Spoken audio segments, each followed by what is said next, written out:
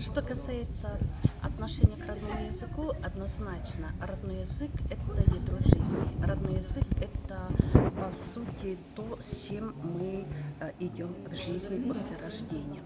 А родной язык – это на самом деле продолжение жизни своих родителей, своих предков.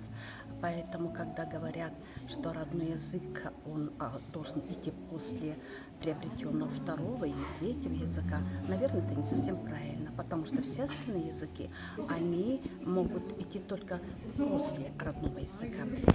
И поэтому, когда мы хотим сегодня молодежи привить любовь к родному языку, мы должны помнить, что без языка человек на самом деле это не есть отдельная личность, это есть просто, я бы сказала, биологический индивид, который в обществе может потерять свое индивидуальное «я».